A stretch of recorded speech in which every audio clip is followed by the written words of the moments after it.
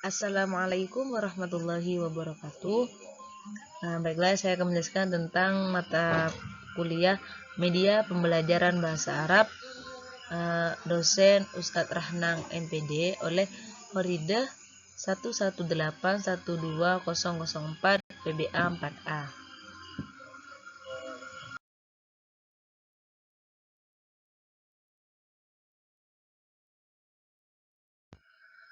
Nah, materi yang akan saya jelaskan di sini yaitu yang pertama tentang pembelajaran atau pengertian pembelajaran, yang kedua pengertian bahasa Arab, yang ketiga pengertian pembelajaran bahasa Arab. Selanjutnya tujuan pembelajaran bahasa Arab.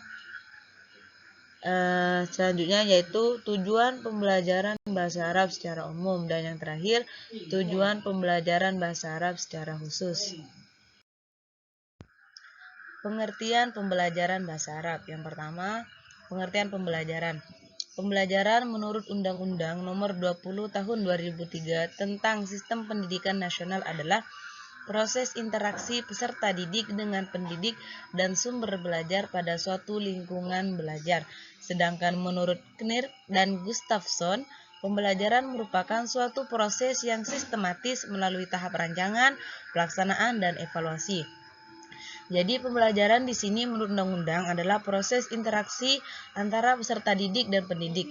Jika adanya interaksi antara peserta didik dengan pendidik di dalam suatu lingkungan sekolah, maka itu disebut dengan pembelajaran. Nah, kalau menurut Knirik di sini, yaitu pembelajaran merupakan suatu proses yang sistematis, yaitu proses yang berhubungan ataupun yang terus-menerus melalui dari tahap rancangan terlebih dahulu. Setelah rancangannya selesai, barulah adanya pelaksanaan tentang pendidikan itu sendiri. Nah, setelah adanya pelaksanaan, nah di akhir nanti adanya evaluasi. Apa gunanya evaluasi di sini adalah untuk menentukan ataupun melihat apakah tujuan dari pendidikan yang sudah direncanakan di awal sudah tercapai atau belum. Jika tidak, maka akan diadakannya evaluasi.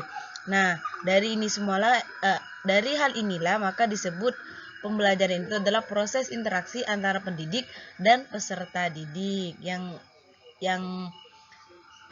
berproses dari rancangan, pelaksanaan, setelah itu baru adanya evaluasi. Selanjutnya saya akan menjelaskan tentang pengertian bahasa Arab. Bahasa Arab merupakan salah satu bahasa asing yang sejak dahulu dipelajari oleh generasi muslim di dunia. Di Indonesia pun bahasa Arab dipelajari sejak anak usia dini karena mayoritas masyarakat beragama Islam, yang mana mereka memiliki kitab Al-Quran yang diturunkan dengan bahasa Arab. Menurut Ahmad Al-Hashimi, bahasa Arab adalah suara-suara yang mengandung sebagian dari huruf hijaiyah. Nah, maksud semua ini adalah menurut Ahmad, bahasa Arab itu adalah suara-suara, yaitu ucapan ataupun yang dikeluarkan oleh orang yang berbicara itu kan berarti suara. Nah, yang mengandung sebagian dari huruf hijaiyah itulah yang disebut dengan bahasa Arab. Jika suara-suara yang dikeluarkan mengandung salah satu huruf hijaiyah, maka itu disebut bahasa Arab.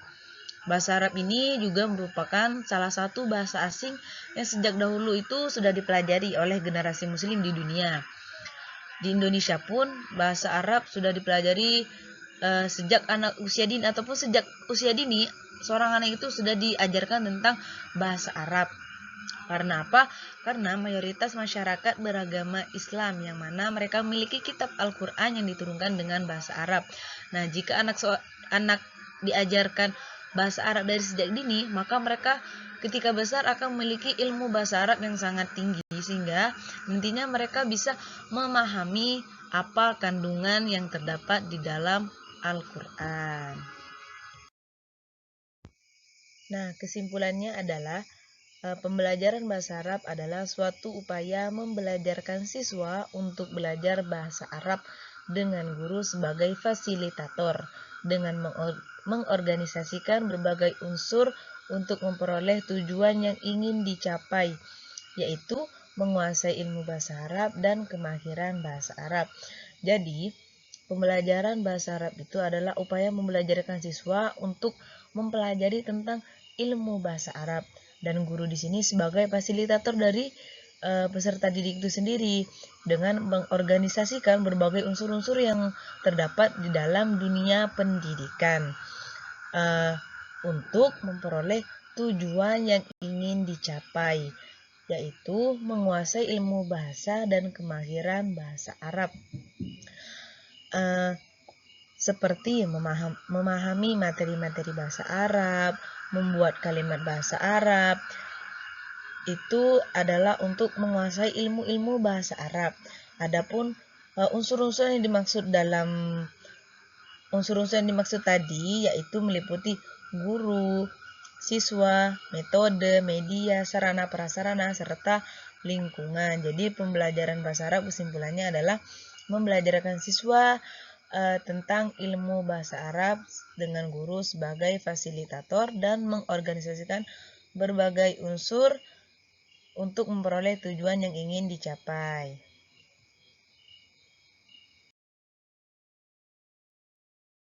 Selanjutnya, tujuan pembelajaran bahasa Arab. Tujuan pembelajaran bahasa Arab itu pada dasarnya dibedakan menjadi dua kategori.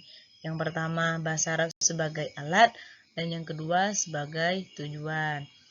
Nah, bahasa Arab sebagai alat adalah penguasaan bahasa Arab yang dimaksudkan sebagai alat untuk memahami bidang atau ilmu tertentu, misalnya belajar bahasa Arab untuk memahami khazanah ilmu pengetahuan yang ditulis dalam kitab-kitab klasik berbahasa Arab. Nah, tujuan pembelajaran bahasa Arab di sini yang pertama sebagai alat, yaitu alat untuk memahami ilmu-ilmu pengetahuan yang berhubungan dengan bahasa Arab atau ilmu-ilmu pengetahuan yang ditulis dalam kitab-kitab klasik atau biasa sering kita dengar atau kita sebut dengan kitab kuning. Nah, itu kan disebut dengan kitab-kitab klasik yang berbahasa Arab.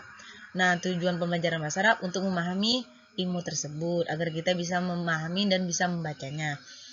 Yang kedua, bahasa Arab sebagai tujuan. Bahasa Arab sebagai tujuan adalah bahasa Arab sebagai keterampilan hidup atau skill. Sehingga dengan tujuan itu nantinya muncul ahli bahasa Arab dalam aspek-aspek tertentu, misalnya ahli nahwu, ahli sorof, ahli balaghah, ahli sastra bahasa Arab, dan sebagainya. Nah, kalau tujuan bahasa Arab yang kedua itu adalah sebagai tujuan. Maksudnya sebagai keterampilan hidup seseorang, sehingga nantinya ketika orang mempelajari bahasa Arab, dia bisa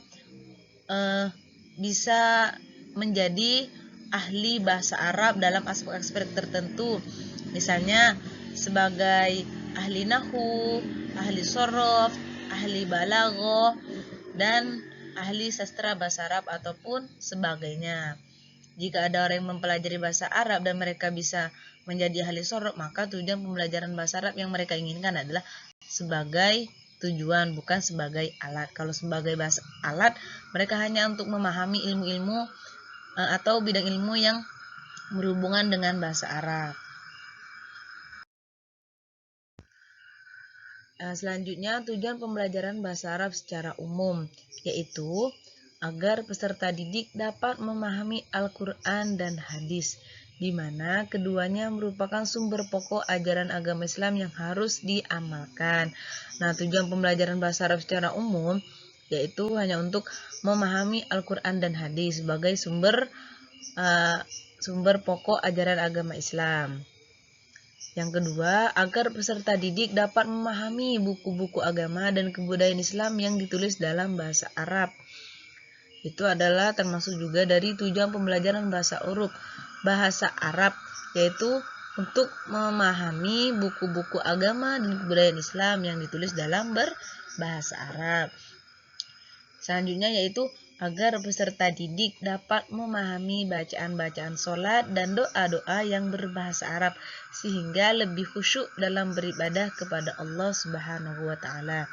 Nah, kalau tujuan pembelajaran bahasa Arab secara umum di sini itu hanya untuk memahami saja, untuk memahami Al-Quran dan hadis, untuk memahami buku-buku agama, kebudayaan Islam, terus memahami bacaan-bacaan sholat dan doa-doa yang berbahasa Arab. Nantinya kalau kita sholat bisa lebih khusyuk beribadah kepada Allah. Nah, yang terakhir di sini yaitu tujuan pembelajaran bahasa Arab secara khusus, yaitu agar peserta didik mampu memahami dan memiliki 4 kemahiran dalam berbahasa Arab, yaitu istima mendengar, kiroah membaca, kitabah menulis, dan kalam berbicara. Sehingga peserta didik diharapkan memiliki kemahiran tersebut seperti menyimak, bercakap-cakap, membaca, dan menulis. Nah, untuk memiliki atau memahami kemahiran-kemahiran tersebut, bahasa Arab mempunyai beberapa cabang-cabang ilmu, diantaranya mutolaah, muhadatsah, insya, qawaid, dan mahfudhot. Nah, dengan peserta didik atau siswa mempelajari cabang-cabang ilmu tersebut, maka akan dengan mudah juga siswa memiliki atau memahami 4 kemahiran yang terdapat dalam bahasa Arab, yaitu istima, kiroah, kitabah, dan kalam. Dan pada akhirnya tujuan pembelajaran bahasa Arab secara umum itu jauh lebih mudah tercapai daripada tujuan pembelajaran bahasa Arab secara khusus. Nah, itu saja yang dapat saya sampaikan tentang materi tujuan pembelajaran bahasa Arab. Kurang dan lebihnya saya mohon maaf. Billahi taufiq wal hidayah. Wassalamualaikum warahmatullahi wabarakatuh.